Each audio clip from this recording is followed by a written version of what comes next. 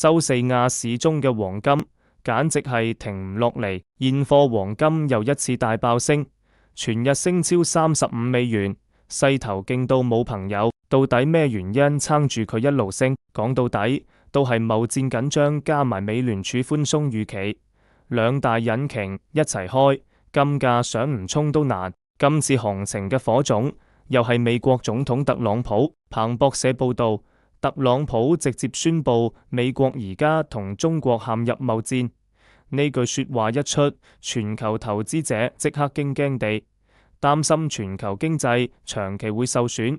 冇計啦，唯有揾黃金呢個安全屋避險，買盤一湧而入，金價自然水漲船高。除咗貿戰，美國政府停擺都係隱形推手，政府關門沒完冇末了，經濟數據發佈都停晒，市場信心好弱，黃金作為避險大佬，自然成為大家嘅首選。仲有個貶值交易都幫緊手，投資者怕財政赤字失控，紛紛走主權債券同貨幣，轉頭就買黃金。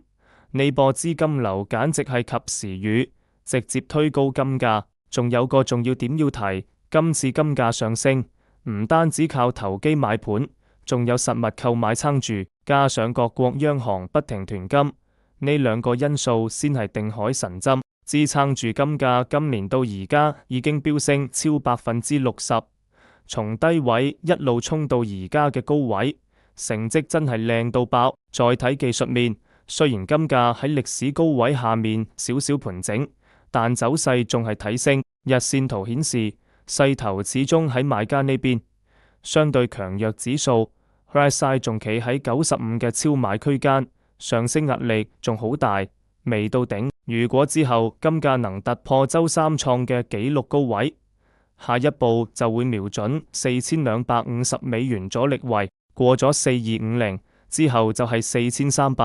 4350美元，一步一步上，真係望得見。但如果失守，日收市跌穿4200美元，就可能會回落。第一個支撐位係4150美元，跟住係4100美元。如果連呢兩個位都守唔住，就可能跌到之前嘅歷史高點4059美元，甚至4000美元大關。所以4200美元真係好關鍵。最後都要提提大家，以上內容純屬參考，唔構成任何投資建議。買賣黃金嘅盈虧都要自己負責。想知金價今日能不能衝破4250？想跟緊特朗普同美聯儲嘅最新動態，快啲訂閱，俾個 like， 再 share 俾身邊嘅投資老友。後續走勢拆解實時送到你手。多謝收看。